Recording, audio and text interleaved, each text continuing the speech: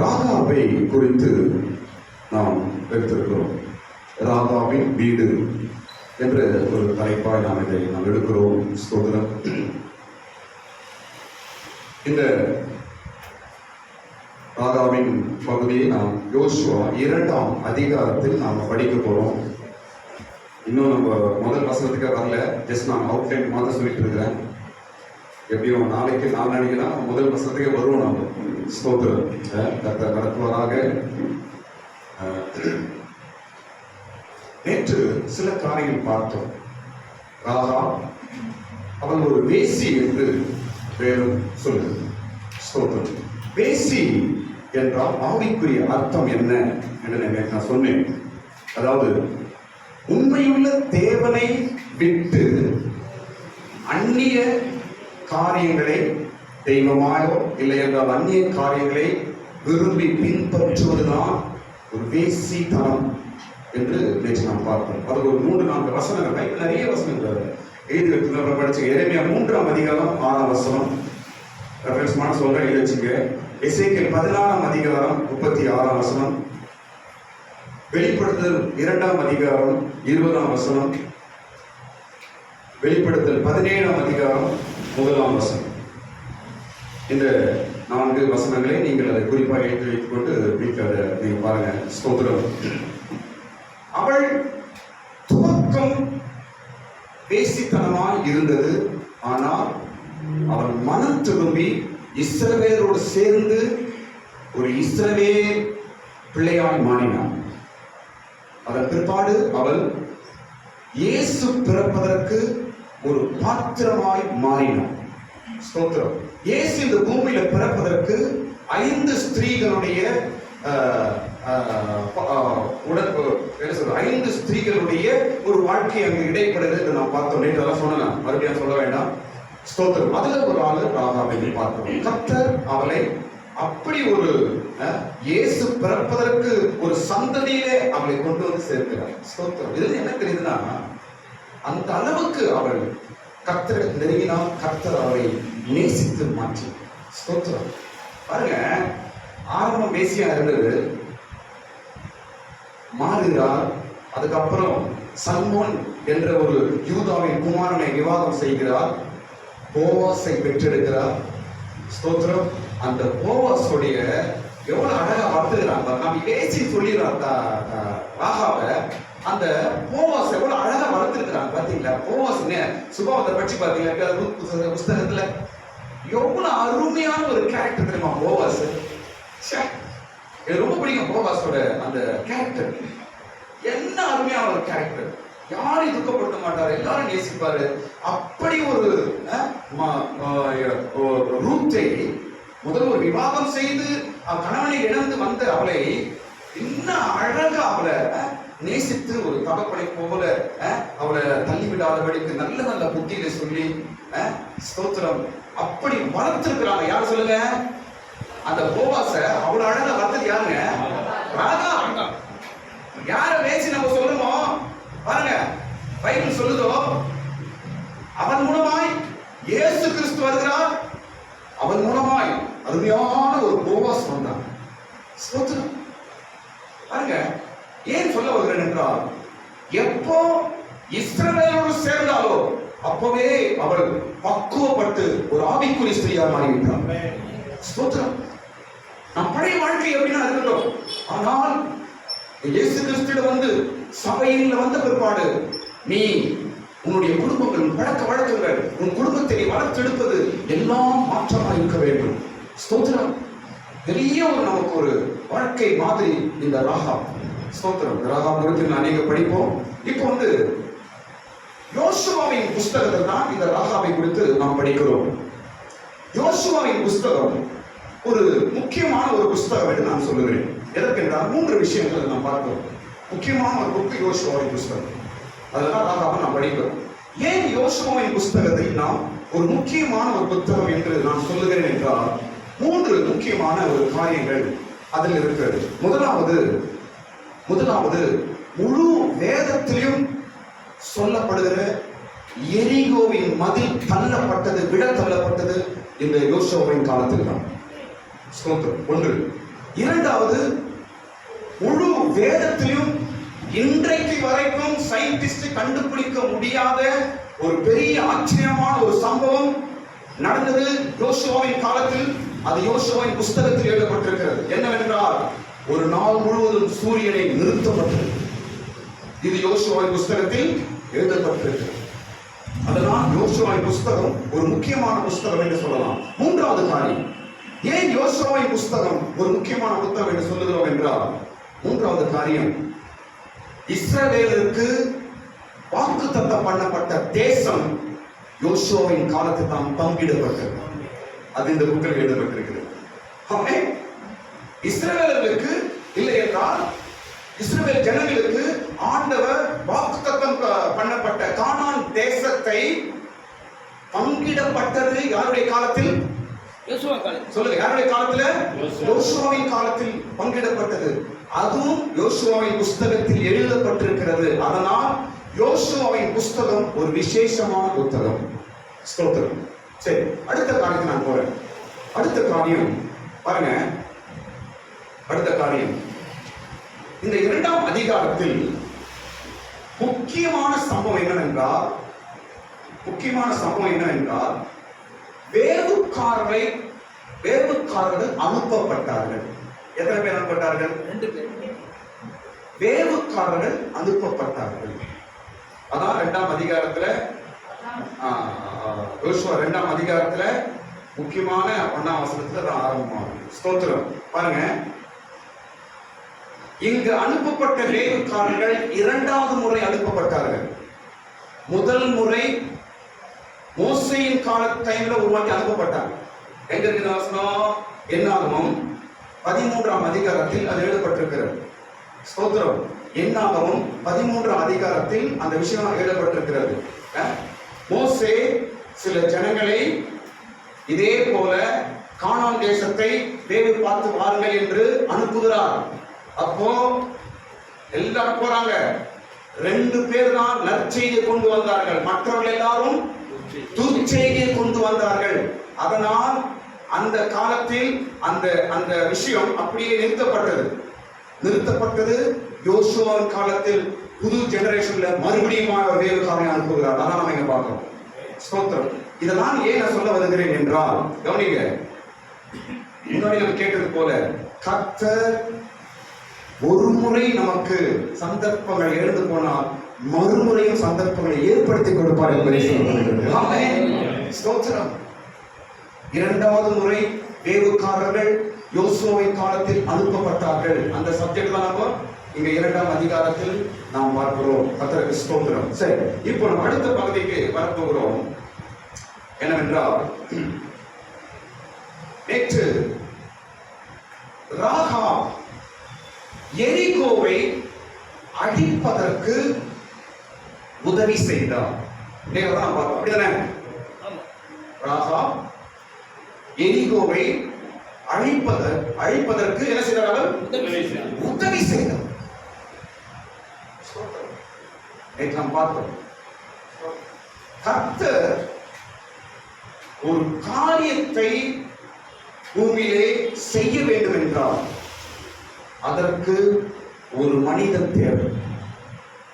கர்த்தர் உன் வாழ்க்கையில் ஒரு வல்லமையான காரியத்தை செய்ய வேண்டும் என்றால் நீ ஆண்டவருக்கு ஒப்பு கொடுக்க வேண்டியது அவசியம்.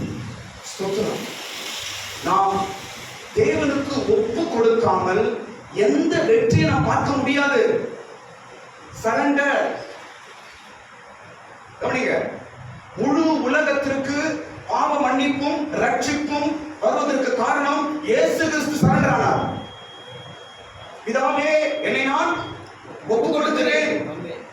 பிதாவே, இதோ உம்முடைய சித்தம் செய்ய நான் ஒப்பு கொடுக்கிறேன். பிதாவின் சித்தம் நிறைவேற வேண்டும். இதுதான் இயேசு வாழ்க்கையில் எல்லாம் அதிகமாய் சொன்ன வார்த்தைகள். இயேசுவின் ஒப்பு கொடுப்பது மூலமாய் முழு உலகத்திற்கும் ரட்சிப்பு வந்தது. ஸ்தோத்திரம். உங்க குடும்பத்தில் பாருங்க, உங்க குடும்பத்தில் கர்த்தர் வேலை செய்யணும். உங்க குடும்பத்தில் கர்த்தருடைய வல்லமை வேலை செய்ய வேண்டும். உன் குடும்பத்தில் தேவன் ஆளுகை செய்ய வேண்டும். உன் குடும்பத்தின் சத்துருவின் கிரியைகள் முற்றிலுமாய் அழிக்கப்பட வேண்டும், அகற்றப்பட வேண்டும் என்று நீங்கள் எதிர்பார்ப்பீர்கள் என்றால் உங்க குடும்பத்தில் தேவனுக்கு சரண்டர் பண்ற மனிதர்கள் தேவை. ஹஸ்பண்டா இருக்கலாம், வைஃபா இருக்கலாம், பிள்ளைகளா இருக்கலாம். ஸ்தோத்திரம். யாராவது ஒருவார் முற்றிலுமாய் தேவனுக்கு நீங்க ஒப்பு கொடுத்து பாருங்க, அந்த குடும்பத்தில் தேவ வல்லமை நீங்கள் பார்ப்பீர்கள். அந்த குடும்பத்தில் தேவ வல்லமை வேலை செய்வதை காண முடியும். ராகாப் தன்னை ஒப்பு கொடுத்தால் எரிகோ அழிக்கப்பட்டது. ராகாப் தன்னை முற்றிலுமாய் சரண்டர் செய்தார், எரிகோ முற்றிலுமாய் அழிக்கப்பட்டது. ஸ்தோத்திரம். சரி, அடுத்த காரியம் ராகாவிட்டு வரும். அடுத்த காரியம் ராகாவிடத்திலிருந்து இரண்டாவது காரியம், அழிவிலிருந்து தப்பினான். சொல்லுங்க, அழிவிலிருந்து தப்பினான். அவன் மாத்திரமல்ல, அவன் முழு குடும்பமும் அழிவிலிருந்து தப்பித்தது. இன்னைக்கு இந்த சப்ஜெக்ட் நான் சொல்லி நான் முடிக்க போறேன். அதுதான் நாளைக்கு அழிவிலிருந்து ராகாப் குடும்பம் தப்பித்தது. பாருங்க, எக்ஸாம்பிள் பைபிள்ல ஒரு இன்சிடென்ட் சொல்றேன் பாருங்க. நாம் எரிகோவிலிருந்து வெளியே வந்தால் தப்பிப்போம். நாம் எருசலேமிலிருந்து வெளியே வந்தால் அழிவோம்.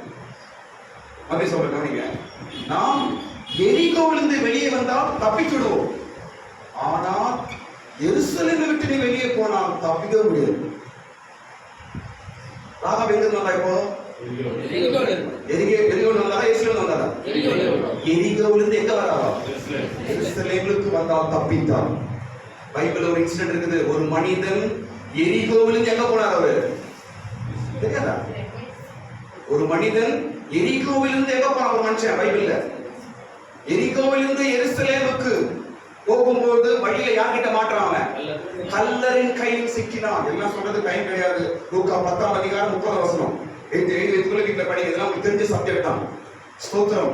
நான் ஏன் இதை சொல்ல வருகிறேன் என்றால், நீங்க எங்க இருந்து வெளியே வரீங்க அத பார்க்கணும். எங்க இருந்து வெளியே வர? எருசலேமிலிருந்து வெளியே வரியா? நோ, அது ஒரு ஆபத்து. நீ வர வேண்டியது எரிகோவிலிருந்து தான் வெளியே வர வேண்டும். எரிகோ என்ன என்பது நாம் நிறைய விஷயம் பார்க்கலாம். எரிகோ கீழ்ப்படியாம், எரிகோ சாபம், எரிகோ தேவனுக்கு விரோதமான காரியம். இதுல இருந்து தான் வெளியே வரணும். எருசலேம் விட்டு வெளியே வந்துடக்கூடாது. எருசலேம் என்றால் சபை, எருசலேம் என்றால் ஃபெலோஷிப், எருசலேம் என்றால் ஜெபம், எருசலேம் என்றால் தேவனோட ஐக்கியம். ஸ்தோத்திரம். எருசலேம் என்றால் ரட்சிப்பு. இதை விட்டு வெளியே வரக்கூடாது. ஸ்தோத்திரம். இந்த மனிதன் கல்லரின் கையிலே அகப்பட்டு வஸ்திரம் எல்லாம் இழந்து போய் காயப்பட்டு அடி வாங்கி நடு ரோட்டிலே விழுந்து கிடந்தான். காரணம் என்ன? காரணம் என்ன? எதற்கு வெளியே வர? எருசலேமை விட்டு வெளியே வந்தான். பின்மாற்றம். ஏன் ராகாபுக்கு இதுக்கு நான் கம்பேர் பண்றேன். ராகாப் எங்கிருந்து வந்தார்? எரிகோவிலிருந்து வெளியே வருகிறார். கர்த்தருடைய பிள்ளையாய் மாறினார், ஆசீர்வதிக்கப்பட்டார், இயேசுவின் சந்ததியாய் மாறினார். ஆனால் இந்த மனிதனோ எருசலேமை விட்டு எரிகோவுக்கு போனான். இன்றைக்கு பிரியமான சபையே, பிரியமான தேவ பிள்ளையே, உன் பிரயாணம் எங்கிருந்து எங்க இருக்கிறது? இன்றைக்கு உன் வாழ்க்கை எங்கிருந்து எங்க போய் கொண்டிருக்கிறது? கர்த்தர் உன்னை எருசலேமில் வைத்திருக்கிறார். கர்த்தர் உன்னை சபையில வைத்திருக்கிறார். கர்த்தர் உன்னை ரட்சிப்பில் வைத்திருக்கிறார். கர்த்தர் உன்னை நல்ல ஆவிக்குரிய ஃபெலோஷிப்பில் வைத்திருக்கிறார். கர்த்தர் உன்னை வேத வசனத்தின் சத்தியத்தில் வைத்திருக்கிறார். இதை விட்டு நீ எங்கு போய் கொண்டிருக்கிறாய்? ஸ்தோத்திரம். கல்லன் எங்க இருந்தா? எரிகோவிலிருந்து வெளியே வரும்போது கல்லன் இருக்கிறானா, இல்ல எருசலேமிலிருந்து எரிகோ போகும்போது கல்லன் இருக்கிறானா? எங்க இருக்கிறான்? எருசலேமை விட்டு எரிகோவுக்கு போகும்போதுதான் கல்லன் பிடிப்பான். கல்லன் யார்? சாத்தான். கல்லன் யார்? பிசாசு. கல்லன் யார்? சத்துருவின் வல்லமை. இன்னைக்கு ஏன் உன்னை பிடிக்குது? இன்னைக்கு ஏன் உன் குடும்பத்தை பிடிக்குது? இன்னைக்கு ஏன் உன்னை பல தீய வல்லமைகள் உன்னை ஏன் ஆட்கொள்ளுகிறது? ஏனென்றால் ஏதோ எருசலேம் விட்டு ரெண்டு அடி வெய்ய வச்சிட்டு இருக்கிற. கல்லன் கையிலே சிக்கப்பட்டான். ஸ்தோத்திரம்.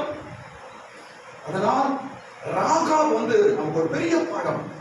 அவ அவள் எருசலேமை விட்டு, எரிகோ விட்டு தான் வந்தாள். எருசலேமை விட்டு போகவே இல்லை. எருசலேமை விட்டு போகவே, இஸ்ரவேலோடு இணைந்து வாழ்ந்தாள். ஒரு யூத மதத்தானே, ஒரு யூத குலத்தானே விவாகம் செய்தார். கடைசி வரைக்கும் அந்த வாழ்ந்து மரிக்கிறார். இதுதான் நம்முடைய வாழ்க்கையா இருக்கிறது. கடைசி வரைக்கும் நாம் எருசலேமில் இதுதான் மரிக்க வேண்டும். கரங்களை மேல உயர்த்துங்க. நாம் கடைசி வரைக்கும் எருசலேமில் நிற்கிற ஆண்டவரே, நாம் கடைசி வரைக்கும் எருசலேமிலே இருக்கிறோம். ராகாவை போல என் வாழ்நாள் முடிவெழுதும் எருசலேமிலே நாம் தரித்து கர்த்தர் உதவி செய்வீராக. இந்த ராகா அழிவிலிருந்து தப்பித்தார். இப்போ புதிய ஏற்பாடு கம்பேர் பண்ற, புதிய ஏற்பாட்டுல ஒரு தேவ மனிதன் பிரசங்கிக்கிறார். என்ன தெரியுமா?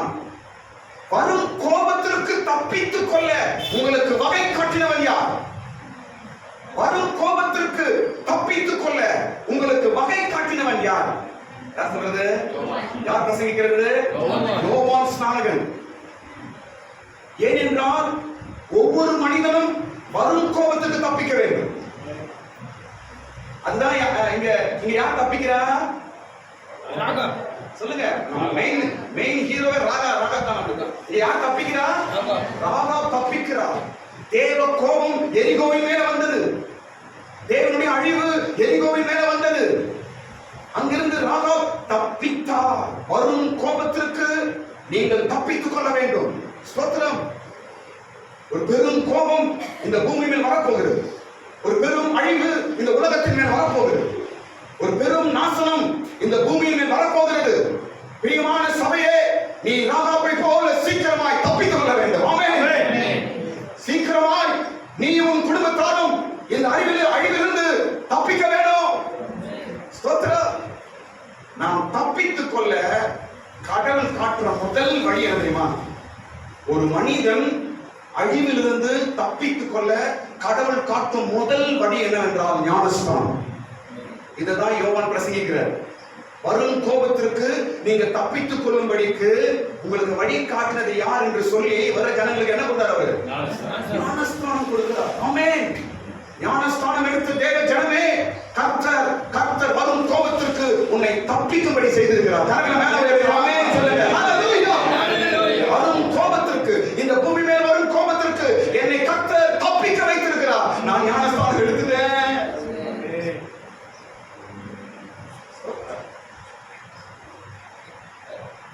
ராகாப் எரிகோவிலிருந்து வெளியே வருவது ரட்சிப்புக்கு அடையாளம். ராகாப் எரிகோவிலிருந்து வெளியே வருவது ஞானஸ்தானத்துக்கு அடையாளம். ராகாப் எரிகோவிலிருந்து வெளியே வருவது பாவ வாழ்க்கையை விட்டு வெளியே வருவதற்கு அடையாளம். ஸ்தோத்திரம். ஒரு பெரிய அழிவு எரிகோ பட்டணத்தில் வந்தது. தேவ கோபம். என்ன அழிவு பேர் என்னங்க சொல்லுங்க? தேவ கோபம் எரிகோவில் வந்தது. ராகாப் தப்பித்தார். ஸ்தோத்திரம். இப்போ பைபிள்ல ஒரு 5 பட்டணத்தை ஆண்டவர் அழிக்கிறார். சொல்றேன் பாருங்க. பைபிள்ல ஒரு 5 பட்டணத்தை கடவுள் அழிக்கிறார். ஸ்தோத்திரம்.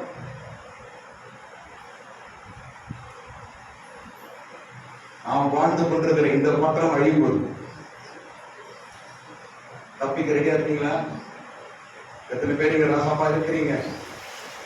ராகா சபை எப்பவுமே பைபிள் கவனிங்க, பைபிள் சபையை ஸ்திரீக்கு ஒப்பிட்டு தான் பைபிள் பேசும்.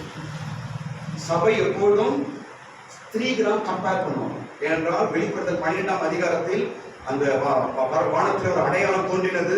ஒரு ஸ்திரீ கர்ப்ப வேதனை பெற்று சந்திரன் மேல் நின்று கொண்டிருக்கிறாள். அவள் சூரியனை அணிந்திருந்தால் அவள் தலையிலே 12 நட்சத்திரங்கள் இருந்தது. இதெல்லாம் பார்க்கிறோம். அது என்னவென்றால் சபை, புதிய ஏற்பாட்டின் சபை. ஸ்தோத்திரம். ஒரு சபை அப்படிதான் இருக்க வேண்டும் என்று சத்தியம் சொல்லுகிறது. அப்போ சபை எதுக்கு கம்பேர் பண்ணப்படும் என்றால் ஸ்திரீக்கு தான் கம்பேர் பண்ணும். ஸ்தோத்திரம். அப்போ இங்க ராகா எதுக்கு கம்பேர் பண்ண சொல்லலாம்? சபை. சபை. சபையே வரும் அழிவுக்கு நீ தப்பிக்க வேண்டும். புதிய ஏற்பாட்டின் சபையே, ரட்சிக்கப்பட்டு ஞானஸ்தானம் எடுத்து அபிஷேகம் பெற்றிருக்கிற பெந்தெகோஸ்தே ஜனமே, வரும் கோபத்திற்கு தப்பிக்க வேண்டும். பெரும் கோபம் எரிகோ பட்டணத்தின் மேல் வந்தது போல இந்த நாட்களிலே நாம் வாழ்ந்து கொண்டிருக்கிற இந்த பட்டணத்தின் மேலும் சீக்கிரம் வரப்போகிறது. இந்த வருஷத்தின் கடைசியிலே பரிசுத்த ஆவியானவர் பேசுகிறார். தப்பித்துக் கொள்ள கடவுள் நமக்கு வழிகாட்டிக் கொண்டிருக்கிறார். நாம் வசதியா இருக்க வேண்டாம். ராகாப் தன்னை மாத்திரம் காத்துக் கொள்ளவில்லை, தன் முழு குடும்பத்தை தப்பிக்க வைத்தார். ஆமென். ஸ்தோத்திரம். பிரியமான பிரதர் சிஸ்டர், உன் குடும்பத்தை குறித்தும் நீ கருத்துடனாய் இருக்க வேண்டும். ஸ்தோத்திரம். 5 பட்டணங்களை ஆண்டவர் அழிக்கிறார். நம்பர் 1 ஸ்தோத்திரம். சோதோம் கொமோரா பட்டணத்தை அழித்தார். ஆதியாகமம் 19ஆம் அதிகாரத்தில் நாம் படிக்கிறோம். சோதோம் கொமோரா பட்டணத்தை கடவுள் அழித்தார். ஸ்தோத்திரம். எல்லா பட்டணத்துக்கும் அழிக்க ஒரு ரீசன் இருந்துச்சு. அந்த பட்டணத்துல ஒரு ஆளை தப்பிக்க வைக்கிறார். எல்லா பட்டணத்தும் அழிப்பதற்கு ஒரு காரணம் இருந்தது. அந்த பட்டணத்துல யாரோ ஒரு ஆள் என்ன செய்யற கடவுள் தப்பிக்க வைக்கிறார். நீங்க சோதோம் கொமோரா யார் தப்பிக்க வைக்கிறாரு? லோத்து. ஸ்தோத்திரம். அதுதான் நான் சொல்லுகிறேன். ஒரு கோபம், ஒரு பெரிய அழிவு இந்த பூமி மேல் வரப்போகிறது. நீ நான் தப்பிக்கிறவனாக இருக்க வேண்டும். ஒரு கூட்ட ஜனத்தை, ஒரு சபையை ஆண்டவர் தப்பிக்க செய்ய வேண்டும் என்று இதுவரைக்கும் பொறுமையா இருக்கிறார். ஆமென். ஏன் கர்த்தர் வராரு சொல்றாரு, இன்னும் வரலையே? எத்தனையோ நூற்றாண்டுகளா சொல்லி கொண்டிருக்கிறாங்க இயேசு வராரு இதுவரைக்கும் வரவில்லையே. அவர் சொன்னது பொய்யா? ஏன் வரவில்லை? எதற்காக அவர் பொய் சொல்றாரா? இல்ல, தாமதம். எதற்காக தாமதம்? எதற்காக தாமதம்? ஒருவனும் கெட்டு போக கூடாது, நீயும் நானும் கெட்டு போக என்பதற்காக கர்த்தர் பொறுமையா இருக்கிறார். தாமதம் அல்ல, பொறுமையா இருக்கிறார். நீ கெட்டு போக கூடாது, உன் குடும்பம் கெட்டு கூடாது என்று கர்த்தர் பொறுமையா இருக்கிறார். ஸ்தோத்திரம். சோதோம் கொமோரா பட்டணத்தை ஆண்டவர் அழித்தார். ஏன் அழித்தார்? அந்த பட்டணத்தில் அக்கிரமம் மிகுதியா இருந்தது. சொல்லுங்க, அக்கிரமம் மிகுதியா இருந்ததினால் அந்த பட்டணத்தை தேவன் அழித்தார்.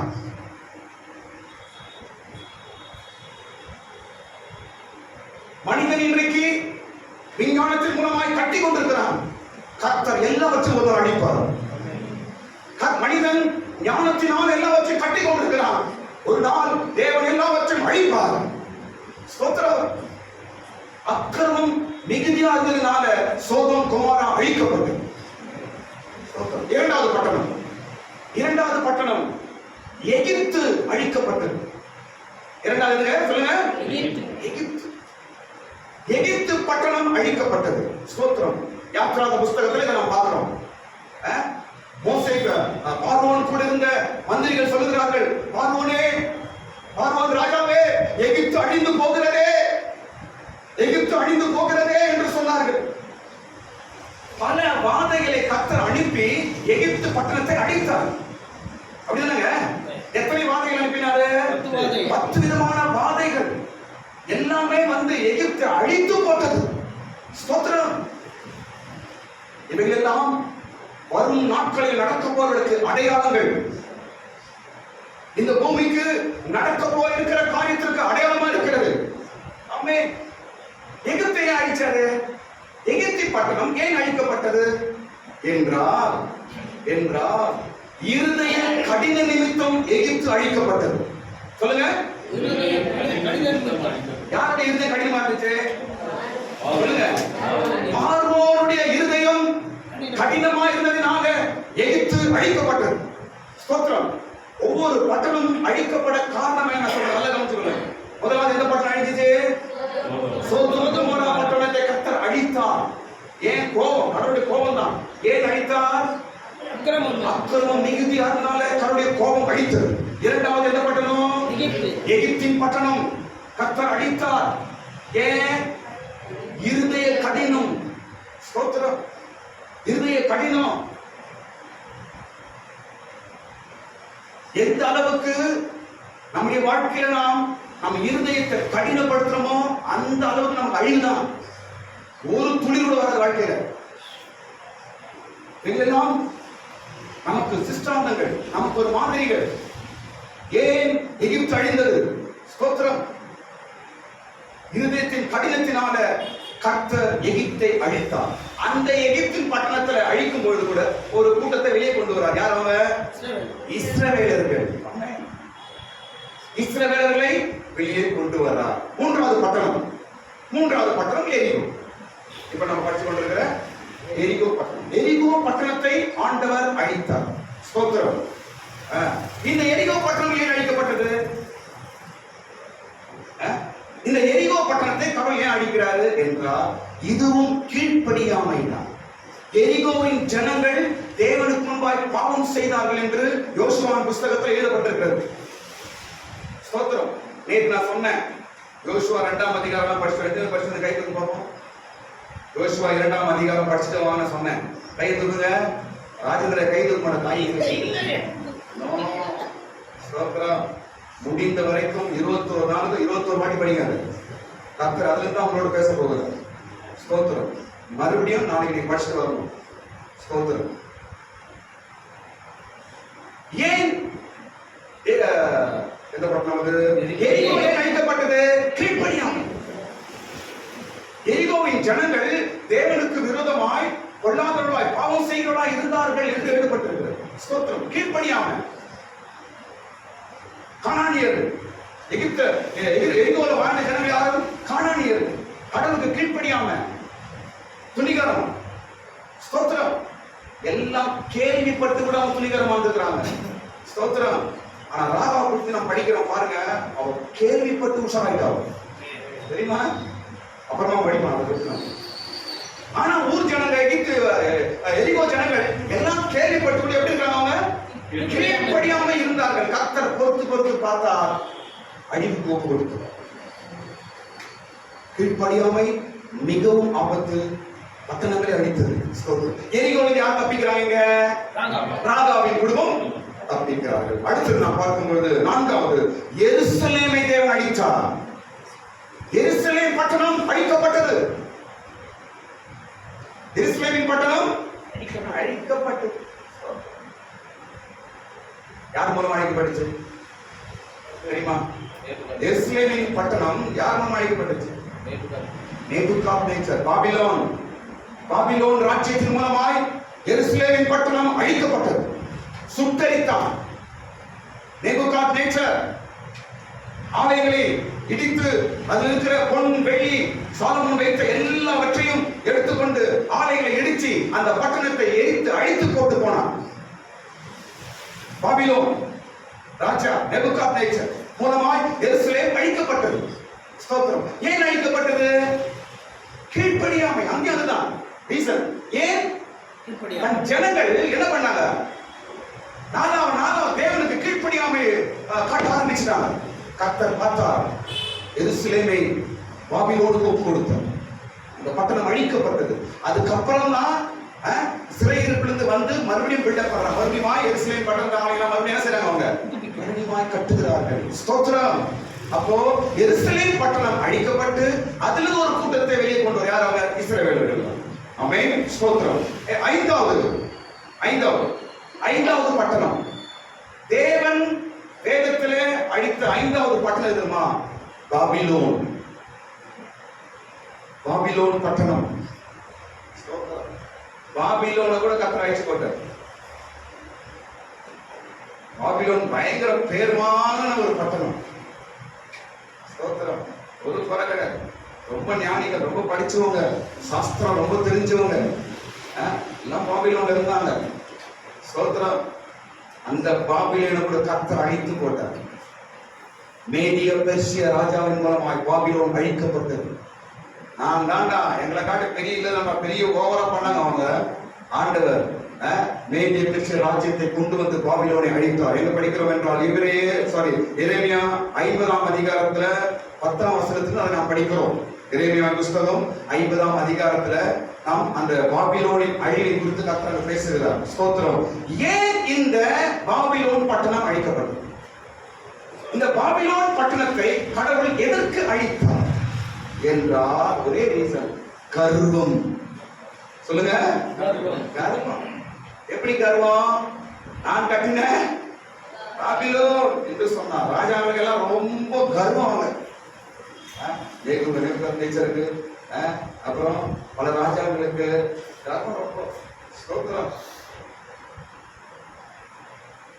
அவங்க பாருங்க, அவங்க குடிக்கிற அந்த மது குடிக்கிற அந்த பாத்திரம்லாம் கொண்டு வந்து எங்க வச்சாங்க? அவங்க கடவுளுடைய ஆலயத்துல கொண்டு வச்சாங்க. இதெல்லாம் கடவுள் பார்த்தாரு. அவங்க குடிக்கிற பாத்திரம் என்னன்னா, அந்த தேவ ஆலயத்தில் இருக்கிற பாத்திரம் கொண்டு வந்து குடிக்கிறதும் இதை கொண்டு வந்து அங்க வைக்கிறதும் திட்டுப்படுத்தினாங்க. கர்வம், பயங்கர கர்வம். அந்த நாட்டில் பெரிய சாம்ராஜ்யம் பாபிலோன் சாம்ராஜ்யம். ஸ்தோத்திரம். யாரும் அவங்க அழிக்க முடியாது என்ற ஒரு பெரிய இது, பயங்கர பேரு புகழ், உலக அதிசயங்களை ஒன்று தொங்கும் தோட்டம் பாபிலோன். அதனால அவங்களுக்கு பெரிய கர்வம் ஆயிடுச்சு. அவங்க கர்த்தர் பார்த்தா, கர்வத்தை அடக்கினார், பட்டணத்தை ஒப்பு கொடுத்தார், அழித்து போட்டார். மேதிய பெர்சிய ராஜ்யம் வந்து பாபிலோனை அழித்தது. ஸ்தோத்திரம். அடுத்தது ஆறாவது நான் சொல்றேன், கவனிங்க. இதுவரைக்கும் எத்தனை பட்டணம் பார்த்தோம்? 5 பட்டணத்தை தேவன் அழித்தார். ஏன் இதெல்லாம் சொல்ல வரனா, ஏன் எரிகோ அழிக்கப்பட்டது என்பதை குறித்து கொஞ்சம் அவுட்லைன் சொல்லி கொடுக்குறேன். ஸ்தோத்திரம். எரிகோ மாத்திரம் அழிக்கல ஆண்டவர், பல பட்டணங்களை அழிக்கிறார். ஸ்தோத்திரம். ஆறாவது நான் சொல்றேன் பாருங்க, நாம் வாழ்ந்து கொண்டிருக்கிற இந்த பூமி, நாம் வாழ்ந்து கொண்டிருக்கிற இந்த பட்டணம் கூட அழிய போகிறது, அழிக்கப்பட போகிறது.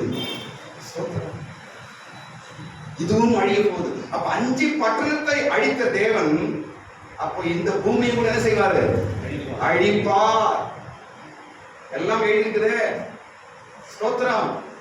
இதையும் கூட கர்த்தர் அழிப்பார். ஏன் அழிப்பார்? இங்கேயும் கீழ்ப்படியாம வேலை செய்யுது. சுவிசேஷம் சொன்னா ஏற்றுக்கொள்வது இல்ல, சபை கூட்டா வர்றது இல்ல, இயேசு கடவுள் என்பதை அவர்கள் துணிகரிக்கிறார்கள். துணிகரம். பாவ வாழ்க்கை செய்தியே அப்படி சொன்னா ஏற்றுக்கொள்கிறது இல்ல, பாவத்தை விட்டுவிடு என்று சொன்னால் ஏற்றுக்கொள்கிறது இல்ல, பைபிள் வசனம் நல்ல வார்த்தை சொன்னா கேட்கறது கிடையாது. கீழ்ப்படியாம எவ்வளவு காலம் நீ இயேசுவை ஏற்றுக்கொள்ளாமல் துணிகரமாய் பாவத்தில் வாழ்ந்து கொண்டிருப்பாய், ஒரு நாள் இந்த பட்டணத்தின் அழிவுக்கு கர்த்தர் ஒப்பு கொடுப்பார். கீழ்ப்படியாதவர்களை கர்த்தர் இந்த பட்டணத்தோடு அழித்து போடுவார். இந்த பூமிக்கும் அழிவு வரப்போகிறது. நாம் வாழ்ந்து கொண்டிருக்கிற இந்த பட்டணத்துக்கும் அழிவு வரப்போகிறது. ராகாவை போல நாம் தப்பிக்க வேண்டும். அல்லேலூயா. எப்படி அழிக்கப்பட போகிறது? ஒரே விஷயம் சொல்ல முடிக்கிறேன். எப்படி இந்த பட்டணம், இந்த பூமி அழிக்கப்பட போகிறது? அக்கினியினால் அழிய போகிறது. எங்க படிக்கிறோம்? 2 பேதுரு 3ஆம் அதிகாரம் 7ஆம் வசனத்துல படிக்கிறோம். 2 பேதுரு 3ஆம் அதிகாரம் 7ஆம் வசனம், 10ஆம் வசனம், 12ஆம் வசனம், 3 வசனங்களிலே அது எழுதப்பட்டிருக்கிறது.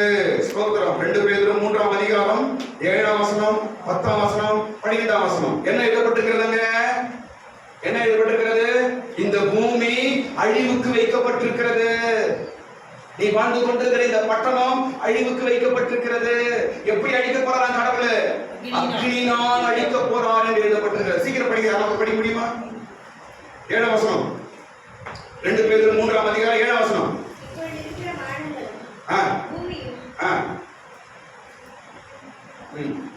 படிக்குமா? படிக்கிறதுக்கு வேலை இல்லையா?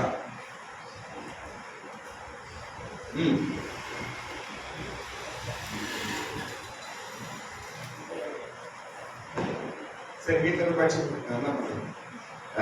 2 பேதுரு 3ஆம் அதிகாரம் 7ஆம் வசனம் என்ன எழுதப்பட்டிருக்கிறது? இப்பொழுது இருக்கிற வானங்களும் பூமியும் அந்த வார்த்தையினாலே அக்கினிக்கு இரையாக வைக்கப்பட்டு தேவ பக்தி இல்லாதவர்கள் நியாய தீர்க்கப்பட்டு அழிந்து போகும் நாள் வரைக்கும் காக்கப்பட்டிருக்கிறது. 10-12 படிங்க அப்படியே. கர்த்தருடைய நாள் இரவிலே திருடன் வருகிற விதமாய் வரும். அப்பொழுது வானங்கள் மடமட என்று அகன்று போகும், பூதங்கள் வெந்து உருகி போகும், பூமியும் அதில் உள்ள கிரியைகளும் எரிந்து அழிந்து போகும். இப்படி இவைகள் எல்லாம் அழிந்து போகிறபடினால் நீங்கள் எப்படிப்பட்ட பரிசுத்த நடக்கையும் தேவ பக்தி உள்ளவர்களாய் இருக்க வேண்டும். சோதோம் கொமோரா அழிக்கப்பட்டது போல, எகிப்து அழிக்கப்பட்டது போல, எரிகோ அழிக்கப்பட்டது போல, எருசலேம் அழிக்கப்பட்டது போல, பாபிலோன் அழிக்கப்பட்டது போல இந்த பூமியும் இந்த பட்டணமும் அழிவுக்கு இருக்கிறது. கர்த்தர் இதை அக்கினியினால் அழிக்க போகிறார். சோதோம் கொமோரா எப்படி அழித்தார்? அக்கினியால் அழித்தார். எரிகோ எப்படி அழித்தார்? அக்கினியால் அழித்தார். எருசலேம் எப்படி அழிக்கப்பட்டது? சுட்டெரிக்கப்பட்டது. பாபிலோன் எப்படி அழிக்கப்பட்டது? சுட்டெரிக்கப்பட்டது. ஸ்தோத்திரம். இந்த பூமியும் கர்த்தர் ஒரு பெரிய அழிவை கொண்டு வர போகிறார். ஸ்தோத்திரம். எப்படி ராகாப் அந்த அழிவை இருந்து தப்பிக்க தன்னை எப்படி காத்துக் கொண்டாரோ அதே போல நாமும் கூட வருகிற அழிவுக்கு தப்பித்துக் கொள்ள கர்த்தர் நமக்கு உதவி செய்வாராக. இன்னும் ஒரு வசனம் சொல்லுகிறேன். வெளிப்படுத்தல் 17ஆம் அதிகாரம் படிக்கும் பொழுது வெளிப்படுத்தல் 17ஆம் அதிகாரம் 1ஆம் வசனம், 3ஆம் வசனம், 5ஆம் வசனம், 18ஆம் வசனம் அங்க சொல்லப்பட்டிருக்கிறது. இந்த பாபிலோன் அழிக்கப்படும், பட்டணம் அழிக்கப்படும். ஸ்தோத்திரம். அங்க பாருங்க, அழிவை குறித்து வெளிப்பட்டு சொல்லப்படுகிறது. ஸ்தோத்திரம். மகா பாபிலோன் அந்த நகரம் அழிக்கப்படும் என்று சொல்லப்பட்டிருக்கிறது. ஸ்தோத்திரம். ஏனென்றால் அழிவு பைபிள்ல வரும் நாட்களில் அழிவு உண்டு என்பதை பைபிள் தெளிவா சொல்லுகிறது. நாம் வாழ்ந்திருக்கிற உலகம் அழிவுக்கு வைக்கப்பட்டு தெளிவாய் சொல்லப்படுகிறது. ஸ்தோத்திரம். மகா பாபிலோன் என்ற பட்டணம், மகா பாபிலோன் என்று சொல்லப்படுவது ரெண்டு அர்த்தங்கள். ஒன்று ரோம் பட்டணத்தை காட்டும், இரண்டாவது அமெரிக்காவை காட்டும். இவர்கள் தான் மகா பாபிலோன். என்ன? பாவம் நிறைந்த பட்டணம் என்று அர்த்தம் பாபிலோன் என்றார். ஸ்தோத்திரம். மகா பாபிலோன் விழுந்தது விழுந்தது. ஸ்தோத்திரம். ஏன் விழுந்து அழிக்கிறார் தெரியுமா? விபச்சாரம், வேசித்தனம் செய்தார்கள் என்று எழுதப்பட்டிருக்கிறது. வேசித்தனம் என்ன? தேவனை விட்டு விக்கிரங்களை தேடுறது, தேவனை விட்டு விக்கிரங்களை வணங்குவது. இதெல்லாம் அந்த பட்டணம் தான் அதிகம். நம்ம நினைக்கிறோம் அமெரிக்கா ஒரே கிறிஸ்டியன்ஸ் தான். நம்ம நினைக்கிறதே வேற, அங்க நடக்கிறதே வேற. ஸ்தோத்திரம். அதை தான் வேதம் சொல்லுகிறது. மகா பாபிலோன் அது. கர்த்தர் இவைகளெல்லாம் அழிக்க போகிறார், இவைகளெல்லாம் சுத்தரிக்க போகிறார். ஸ்தோத்திரம். எரிகோ ஒரு நாள் அக்கினியால் சுத்தரிக்கப்பட்டது போல நாம் வாழ்ந்து கொண்டிருக்கிற இந்த பூமி, இந்த பட்டணம் வெகு சீக்கிரத்தில் கர்த்தர் அழிவு கொண்டு வர போகிறார். நாம் எல்லாரும் ராகாவை போல வெளியே வர வேண்டும். நம்ம எல்லாரும் ராகாவை போல நம்ம குடும்பத்தோடு நம்ம வெளியே சேஃபா ஓடி வந்தாங்க. நம்ம குடும்பத்தோடு தேவ ராஜ்யத்துக்கு நாம் பிரவேசிக்க வேண்டும். எப்படி ராகாப் அந்த எரிகோவின் அழிவிலிருந்து வெளியே வந்து இஸ்ரவேலரோடு சேர்ந்து கொண்டாலோ அது போல நாம் இந்த உலக அழிவிலிருந்து தப்பித்து பரலோக எருசலேமுக்கு சேர வேண்டும். ஹல்லேலூயா. இந்த பட்டணம் அழிவில் இருக்கிறது. கர்த்தர் நம்மை எல்லாம் தப்பிக்க செய்வாராக.